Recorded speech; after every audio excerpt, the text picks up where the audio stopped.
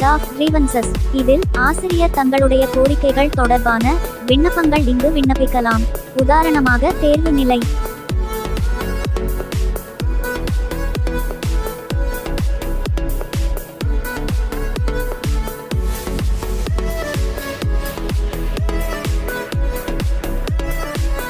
OTP பகுதியில் ஆசிரியர்கள் பயிற்சி முகாமில் கலந்து கொள்ளும் போது இந்த தளத்தில் OTP-யை பெற்று சமர்ப்பிக்க வேண்டும். நீங்கள் பயிற்சி வகுப்பில் கலந்து கொள்ளும் ஆசிரியர் அல்லது பயிற்சி அளிக்கும் ஆசிரியராக அல்லது பயிற்சி ஒருங்கிணைப்பாளராக இருந்தால் இந்த தளத்தில் பதிவேற்றம் செய்ய வேண்டும்.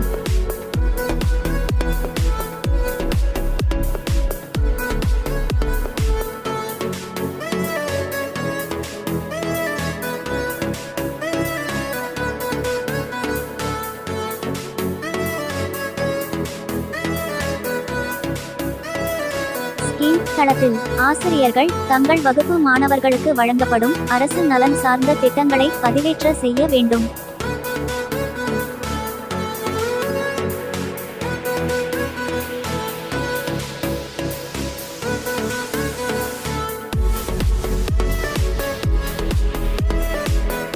OOSC தளத்தில் பள்ளி மற்றும் மாணவர்கள் சார்ந்த கணக்கெடுப்பினை பதிவேற்றம் செய்யலாம்.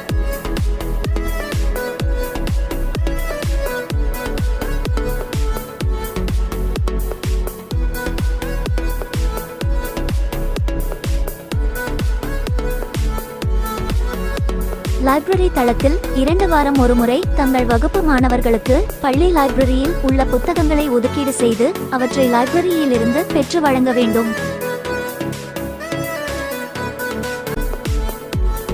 ப்ரொஃபைல் தளத்தில் ஆசிரியர். இந்த பகுதி ஆசிரியர்களுக்கு முக்கியமான பகுதியாகும்.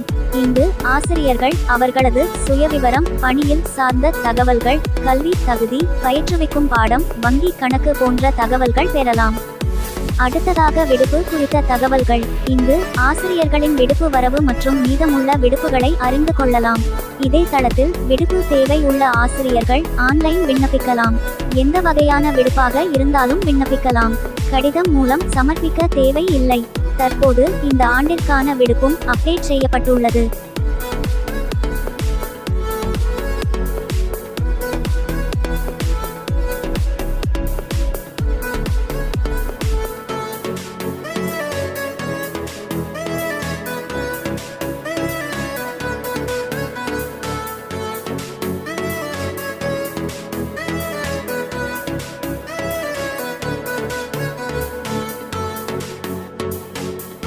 மை சாய்ஸ் தளத்தில் கற்றல் கற்பித்தல் தொடர்பான வீடியோக்கள் காண முடியும்.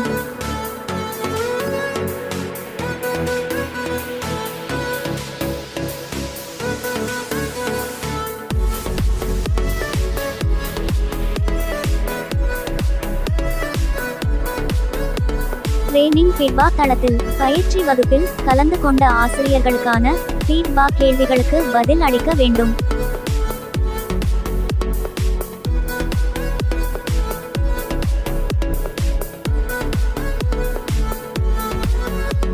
ஹெல்த் அண்ட் வெல்பியன் தளத்தில் வகுப்பு மாணவர்களின் உடல் மற்றும் ஆரோக்கியம் சார்ந்த கேள்விகளுக்கு வகுப்பாசிரியர் பதில் அளிக்க வேண்டும்.